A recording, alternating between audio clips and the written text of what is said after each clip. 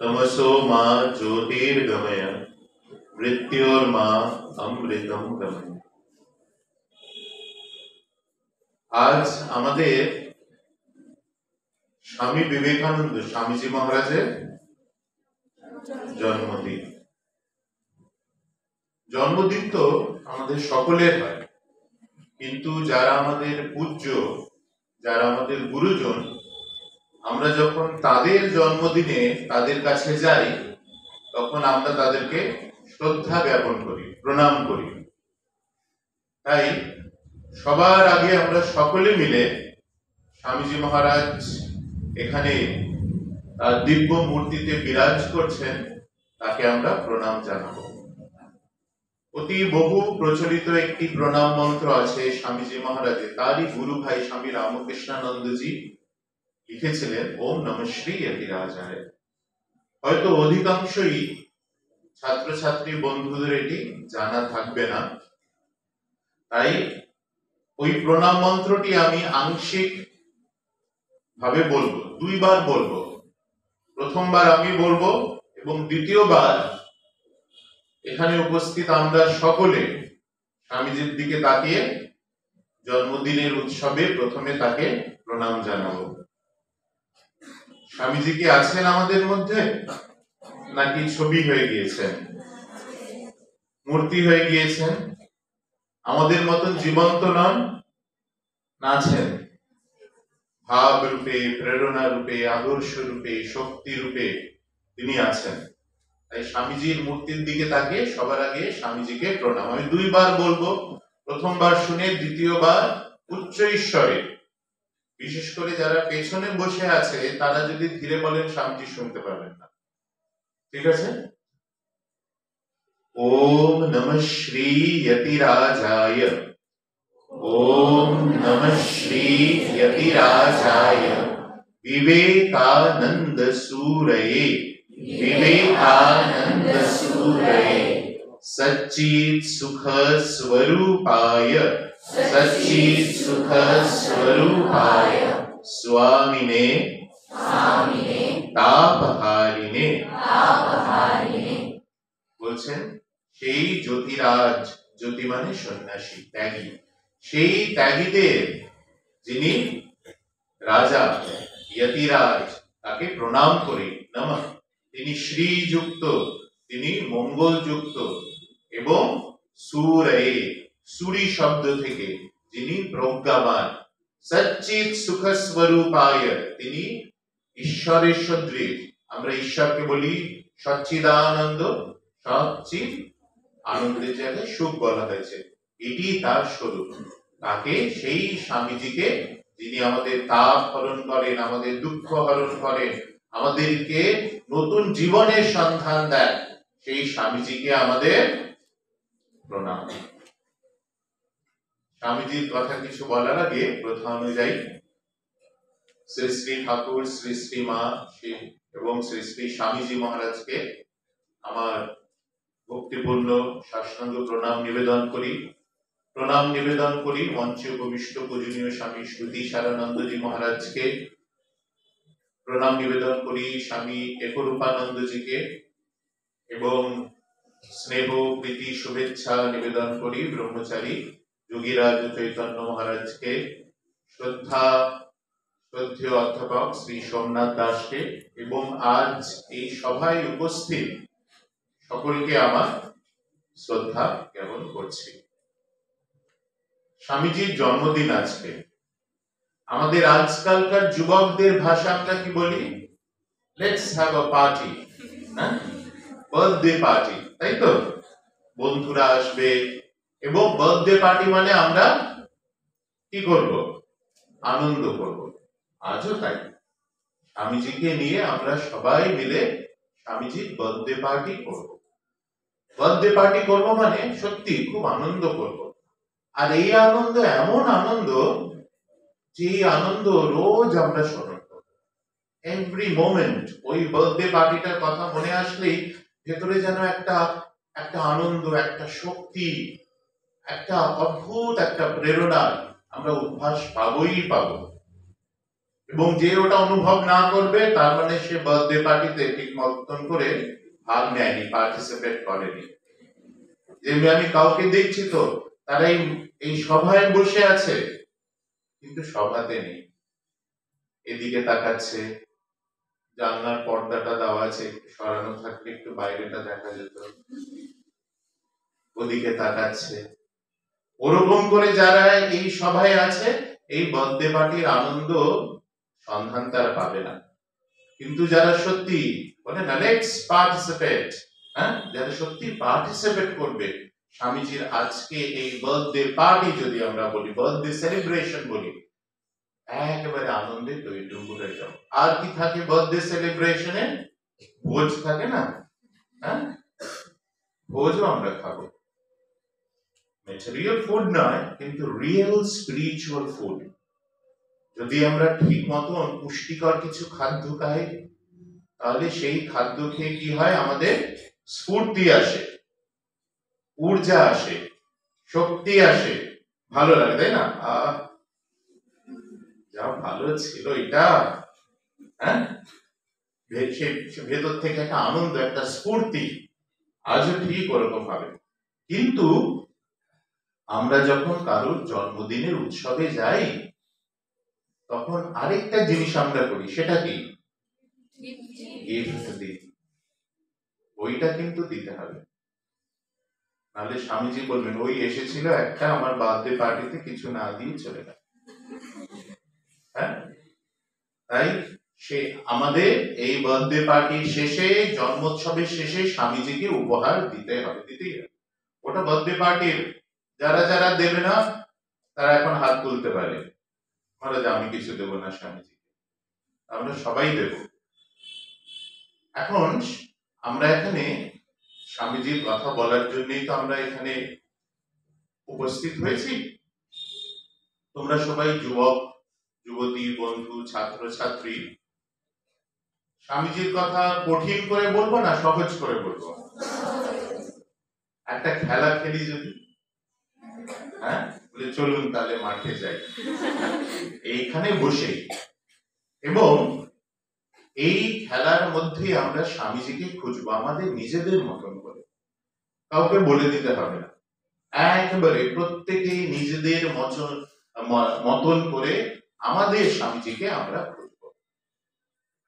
খেলা আমি এই জন্য খেলছি যাতে আমাদের সবার মনটা এর মধ্যে থাকে, আর তারপর বার্থডে পার্টিতে একটু আনন্দ না করলে ঠিক মতন হবে না।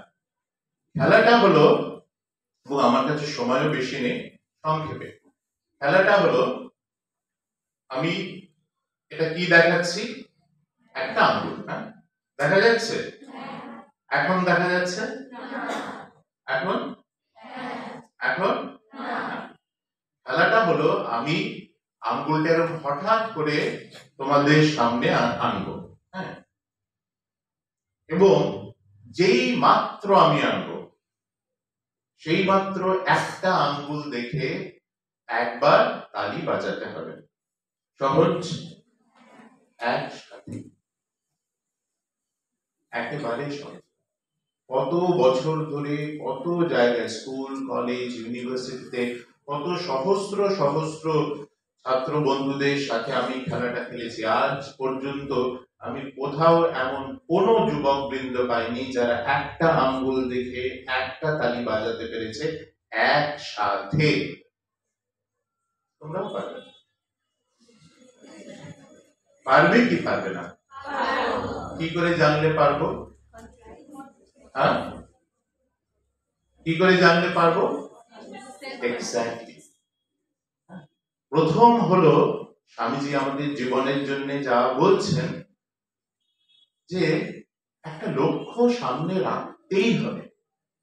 এখন একটা লক্ষ্য সামনে রাখা হয়েছে তো সেটার সাথে নিজেকে সম্পর্ক স্থাপন করে বলছি পারবো কি পারবো না। যখনই আমরা একটা লক্ষ্য রাখি নিজেদের সামনে, ভেতর থেকে একটা আওয়াজ যেন বলে পারবো পারবো পারবো। পারবো মানে কি? চেষ্টা করবো, সবাই তাই করছে, চেষ্টা ছাড়া কেউ কিছু করছে না। কেউ কম চেষ্টা করছে, কেউ এবং আমরা যখন নিজে চেষ্টা করি তখন আমরা দেখি আরেকটু চেষ্টা করলে আরেকটু চেষ্টা করা যায়, চেষ্টার যেন শেষ নেই। তাই স্বামীজির বার্থডে পার্টির প্রথম স্টার্টার হলো লক্ষ্য স্থির। কি? তাহলে একবার স্বামীজির দিকে তাকিয়ে স্টার্টারটা সবাই খেয়ে নাও। স্বামীজির দিকে তাকিয়ে 3 বার আমরা একসাথে বলবো লক্ষ্য স্থির, লক্ষ্য স্থির, লক্ষ্য স্থির করে ওই স্টার্টারটা খেয়ে নিতে হবে। এখন ওটা তোমার মধ্যে চলে গিয়েছে, হ্যাঁ? এখন ওটাকে ওটিকে আয়ত্ত করে নিজে অস্তিত্বের অংশ বানিয়ে নিতে হবে। যাদের পছন্দ নয় তারা অনেক সময় যেগুলো পছন্দ হয় এরকম রেখে দেয় না, ব্যাগের মধ্যে লুকিয়ে রেখে দেয়। পেঁপের তরকারি দিয়েছে, খাই না। ওরকম যাদের মনে হবে তারা খেও না, তাদেরকে বলতে হবে না। কিন্তু যাদের মনে হবে না আমার জীবনের তো একটা লক্ষ্য রাখতেই হবে, তাহলে কি করে? তাহলে স্বামীজির এই মূর্তির দিকে তাকিয়ে 3 বার একসাথে বলতে হবে লক্ষ্য স্থির, লক্ষ্য স্থির, লক্ষ্য স্থির। আর যেই লক্ষ্য স্থির আমরা করি তখনই ভেতর থেকে একটা আওয়াজ বলে পারবো, পারবো, পারবো। সেটা হলো প্রচেষ্টা। আবার আরেকটা স্টার্টার সুপ। তাই স্বামীজির জন্মদিনের ভোজে নেক্সট আইটেম হলো 3 বার স্বামীজির দিকে তাকিয়ে বলতে হবে প্রচেষ্টা, প্রচেষ্টা, প্রচেষ্টা, প্রচেষ্টা। জমেছে বার্থডে পার্টি? ঠিক আছে। এরপরে খেলাটা। তাহলে আমরা লক্ষ্য স্থির করেছি, আমরা প্রচেষ্টা করব। প্রচেষ্টা করব মানে কি? প্রচেষ্টা করব মানে করা যাক, লেটস ডু ইট। আর অপেক্ষা নয়, এখন অ্যাকশন করতে হবে। আমি এরকম আঙ্গুলটা দেখাবো, হঠাৎ করে সামনে আনবো, একসাথে একটা তালি একবার। একবার বাজালে একটা তালি একবার বাজালে কটা আওয়াজ শোনা যাবে? একেবারে খালি একটা না, মানে জাস্ট এরকম একটা আওয়াজ, কিন্তু সবাই মিলে বাজাবো, কিন্তু আওয়াজ আসবে একটা। হ্যাঁ, পারবে? এখন কিন্তু কেউ এদিক ওদিক তাকাচ্ছে।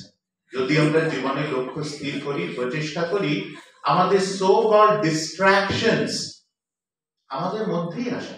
ডিস্ট্রাকশন গুলো নেই? আছে তো, সব আছে। বাইরে থেকে আওয়াজ শুনে যাচ্ছে, সে পাশের বন্ধুটা বলছে কি শোন না,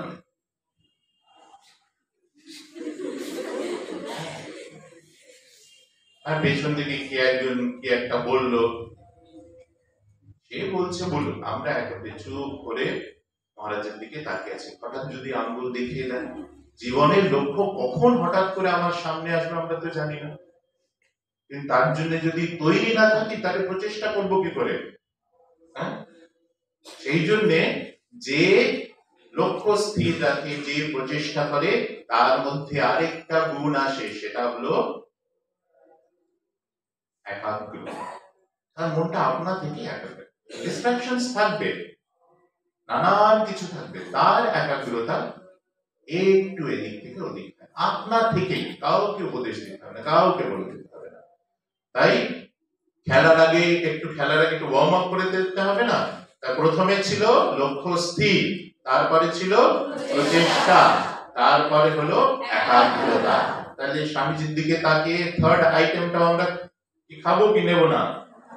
তাহলে 3 বার বলতে হবে একাগ্রতা। বলো একাগ্রতা, একাগ্রতা, একাগ্রতা। এইবার খুব ভালো লক্ষ্য স্থির করে ফেলেছি, প্রচেষ্টা করব, একাগ্রতা। তাহলে আমি একটু পরীক্ষা করে দেখি।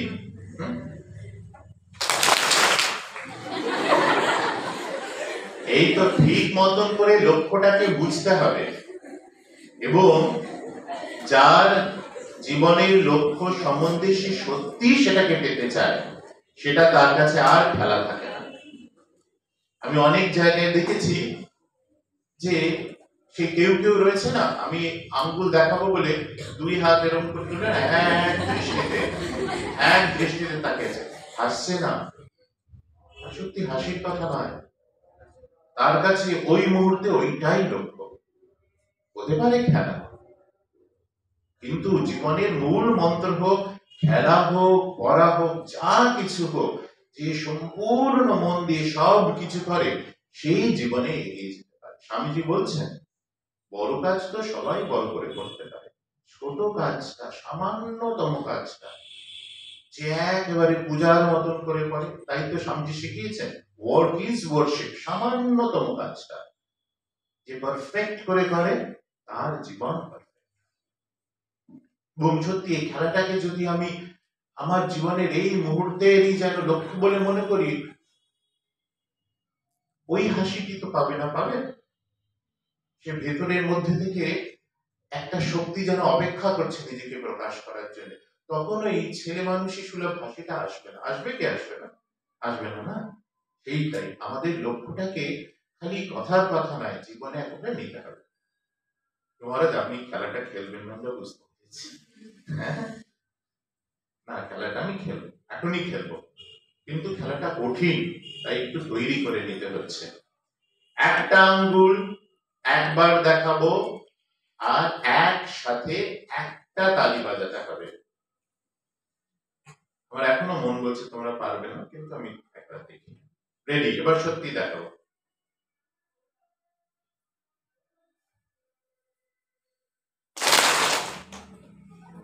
একটা হলো, খালি একটা আওয়াজ হলো, কিন্তু মাচ বেটার থিং, অনেকটা একেবারে যেন পারফেকশনের কাছে।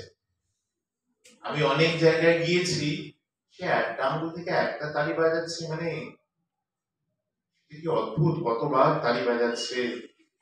হ্যাঁ, তখন আমার খুব মানে তখন একটা হতাশ লাগে। স্বামীজির যুবককে আমরা খুঁজছি, কোথায় সেই যুবক? আছে কি নেই? কোথায় হারিয়ে গিয়েছে? তাকে কি আমরা খুঁজে পাবো না? আমাদের কাজ তো সেই স্বামীজির সেবা করা, আর স্বামীজির যুবককে আমরা খুঁজছি, স্বামীজির সেই যুবা বৃন্দকে আপ্রাণ হয়ে আমরা রামকৃষ্ণ মঠ মিশনের সাধুরা খুঁজছি। কোথায় সেই? স্বামীজি বলে গেছেন ঋষি বাক্য, ও তো মিথ্যা হয় না, আছে, কোথাও আছে, কোথায় আছে, কোথাও আছে। কিন্তু এইখানে কিন্তু আছে, আমি বলছি না সত্যি। অন্যান্য জায়গায় আমি দেখেছি, কিন্তু প্রথমবারেই এই লক্ষ্য স্থির করে প্রচেষ্টা করে একাগ্র করে অলমোস্ট পারফেক্ট করা ভেরি রেয়ার। তাই এই আমাদের জন্য আমরা তালি বাজাবো এখন না, সেটা অনেকবার তালি, সেটা একবারে তালি না, সেটা শেষবার। তাহলে আরেকবার করে দেখা যাক।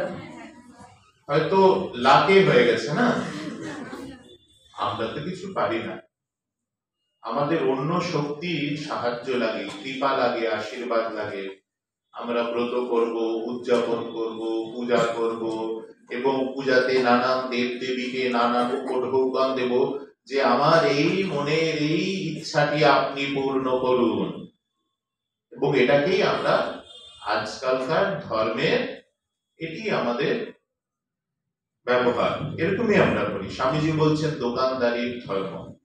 তাই নিশ্চয়ই কোন দেব দেবীর কৃপায় ভাগ্য বলে হয়ে গেছে না? আপনা থেকে আমরা নিজেরা করলে পারতাম না? পারতাম? হ্যাঁ, পারতাম কি পারতাম? এখানে কেউ বলছে পারতাম না, কেউ বলছে পারতাম। পারতাম। হ্যাঁ, স্বামীজি বলছেন আমরা পারি, আমাদের মধ্যেই সেই শক্তি আছে, অন্তর্নিহিত শক্তি। তাহলে আরেকবার আমি আঙ্গুল তুলবো, এইবার একেবারে পারফেকশনের থেকেও পারফেক্ট। হ্যাঁ, এবং তোমরা পারবে করতে, কারণ তোমরা প্রথমবারই এত ভালো করেছো। রেডি?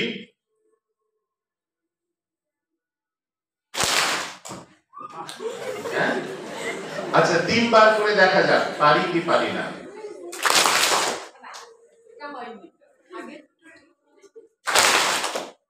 একসাথে, এটা লাস্ট, এটার থেকে জীবনের লক্ষ্য কিন্তু বারবার আসবে না। হ্যাঁ, তাই এইবার না পারলে পরের বার প্রচেষ্টা করবো, এটা দুর্বলেরা বলে। যে সত্যি স্বামীজির সন্তান সে বলবে নাও, আমাদের উপনিষদেও বলেছি এটাই বলো, জাস্ট নাও। পরে বলে কিছু নেই, পরে বলে কিছু, কে দেখেছে? কেউ ভবিষ্যৎ দেখেছে? তাহলে করতে হলে এখনই একেবারে পারফেক্ট করতে করতে হবে। রেডি? তাহলে আমরা যদি লক্ষ্য স্থির করি, আমরা যদি প্রচেষ্টা করি, আমরা যদি মনকে একাগ্র করি, তাহলে কি আমরা পারি? খুব কঠিন কাজ? তাহলে আমাদের ছাত্র জীবনের লক্ষ্য কি? মানে আপনি জানেন না, আমাদেরকে দেখে না যতটা পারি মোবাইল দেখা, ওটা আমাদের লক্ষ্য?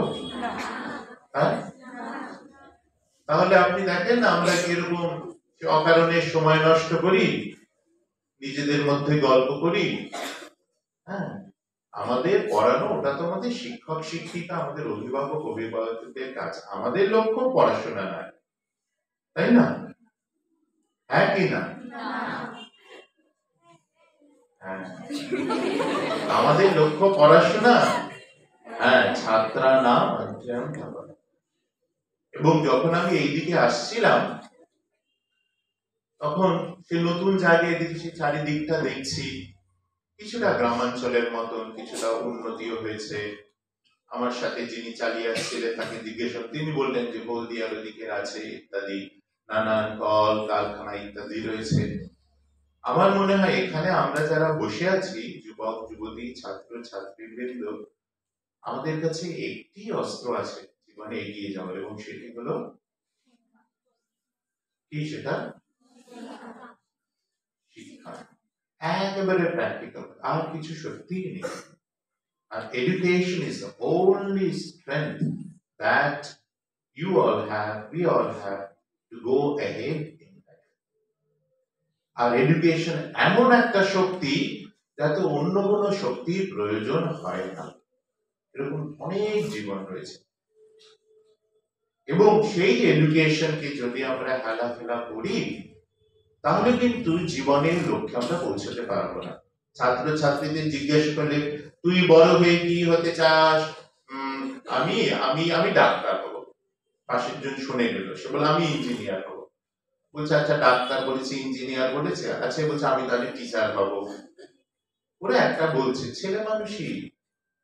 যে বলছে আমি ডাক্তার হব, ক্লাস 8 এ পড়ে, 7 এ পড়ে, 6 এ পড়ে, 5 এ পড়ে, 4 এ পড়ে, সে ডাক্তার হওয়া মানে কিছুই জানে না, অ্যাবসলিউটলি নাথিং। একটা কথার কথা বলছে, এবং কথার কথা বলছে বলে ওই হওয়াটার জন্য তার কোনো যেন দায়বদ্ধতা নেই, কোনো সত্যিকারের লক্ষ্য নেই, তাই কোনো সত্যিকারের প্রচেষ্টা নেই, তাই কোনো সত্যিকারের একাগ্রতা নেই। জীবনটা যেন ভেসে চলেছে। তোমাদের আর কোনো লক্ষ্য রাখতে হবে না। তোমাদের এই সামনে যে পরীক্ষাটি আছে ওইটি তোমাদের ছাত্রানা অধ্যয়ন। তারপরের যে পরীক্ষাটি, দ্যাট ইজ ইয়োর গোল। কি করতে হবে? লক্ষ্য স্থির করতে হবে, যথাসাধ্য প্রচেষ্টা করতে হবে। এটি জীবন বাঁচার মন্ত্র। স্বামীজি শিখিয়েছেন, ওয়ার্ক ইজ ওয়ার্শিপ।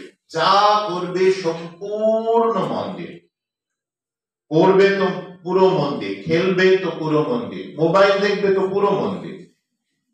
কিন্তু যখন মনকে বলবে যে মন এখন তো মোবাইল দেখবো না রে, এখন তো আমাকে পড়তে হবে, তখন মন আর মোবাইলের কথা ভাববে না। এইটা যে করতে পেরেছে সে একেবারে জীবন বাঁচার মন্ত্র শিখে গেছে। যা করবে পুরো মন দিয়ে, ঝগড়া করবে একেবারে পুরো মন দিয়ে।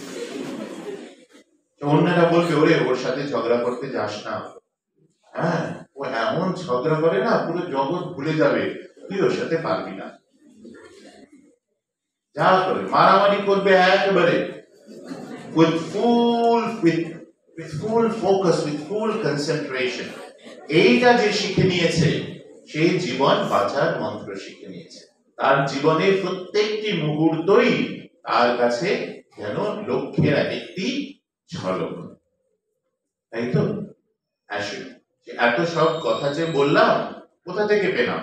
স্বামীজির সেই বিখ্যাত উক্তি আছে, ওঠো জাগো আর। স্বামীজির কথাটা যেন এখানে আভাস হয়ে আবার মিলিয়ে গেল। একসাথে বলো, ওঠো জাগো আর লক্ষ্যে পৌঁছানো না পর্যন্ত। আরেকবার,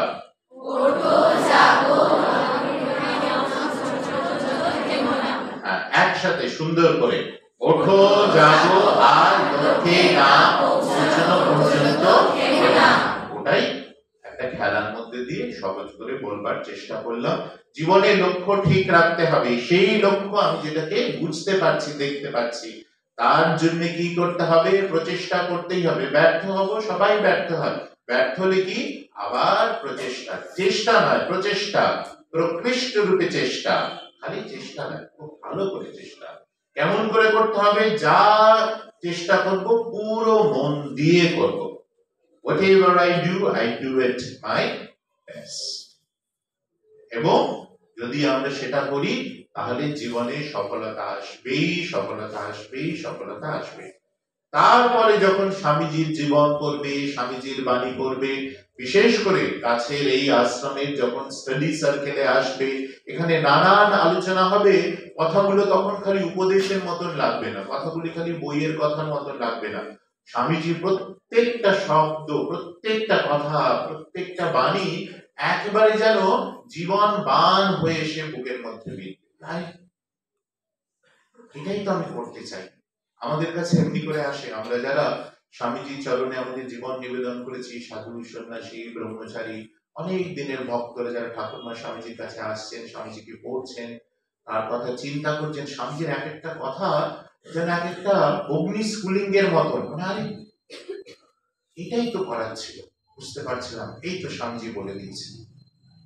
একেবারে জিপিএস থাকে না গাড়িতে, ঠিক স্বামীজির বাণী যেন একটা জিপিএস, একবারে বলে দেবে যে 100 মিটার গিয়ে ডাইনে যাও, 200 মিটার গিয়ে বাইরে যাও, যেমনি একবারে খুঁটিনাটি সব ওনার কথায় বলা আছে। তাহলে বার্থডে পার্টিতে আমরা আনন্দ করলাম, বেশ নিজেদের পুষ্ট করলাম। মেনুতে কি কি ছিল? প্রথমে ছিল তারপরে তারপরে তারপরে মেইন জিনিসটাই তো বলা হলো না। না, সফলতা, আমরা সফল হলাম তো খেলাটায়, ওটাতেই তো আনন্দ হলো। হ্যাঁ, ওই আনন্দটা হলো, ওটা কি মোবাইল দেখার আনন্দ, টিভি দেখার আনন্দ, হুল্লোড় করার আনন্দ, হাহাহি করার আনন্দ? ভেতর থেকে একটা আনন্দ আসছে না, কেউ দেখতে পাচ্ছে না, কিন্তু ভেতরে মনে হচ্ছে যেন আনন্দের ফোয়ারা, আমি আমার লক্ষ্যে পৌঁছতে যেন একটা জীবন পরিপূর্ণ করার একটা অন্তরে পরিপূর্ণ আনন্দ। আমি বলেছিলাম না, এই আনন্দ প্রত্যেক দিন, প্রত্যেক মুহূর্তে আমরা পেতে পারি। সিম্পল, যা করব পুরো মন দিয়ে করব, জীবনই পূজা হয়ে যাবে। তাহলে স্বামীজিকে শেষে গিফট কি দেব? গিফট দিয়ে যাবে তো তোমরা, বার্থডে বয়কে গিফট দেবে না? হ্যাঁ, স্বামীজি কি চান? স্বামীজি এক জায়গায় বলছেন যে তোমরা সব বড় হও, মানুষ হও, জীবনে এগিয়ে যাও, এবং তারপরে ভুলে যেও যে বিবেকানন্দ বলে কেউ ছিল। স্বামীজি কিছুই চান না, কিছু, নাথিং, অ্যাবসলিউটলি নাথিং, নিজের জন্য কিছু চান না। স্বামীজি চান আমরা বড় হই, আমরা মানুষ, আমরা বড় হই, আমরা মানুষ হই, আমরা ভালো হই, আমরা এগিয়ে যাই, আমাদের পরিবার এগিয়ে যাক, আমাদের সমাজ এগিয়ে যাক, আমাদের রাষ্ট্র এগিয়ে যাক, সমগ্র বিশ্ব এগিয়ে যাক। ওইটি যদি করতে পারে, ওটি স্বামীজি বলছেন হিজ ওয়ার্ক, এবং বলছেন যুবকদের মধ্যে থেকে সেই সমস্ত স্বামীজির কাজ যারা করবেন তারা আসবেন।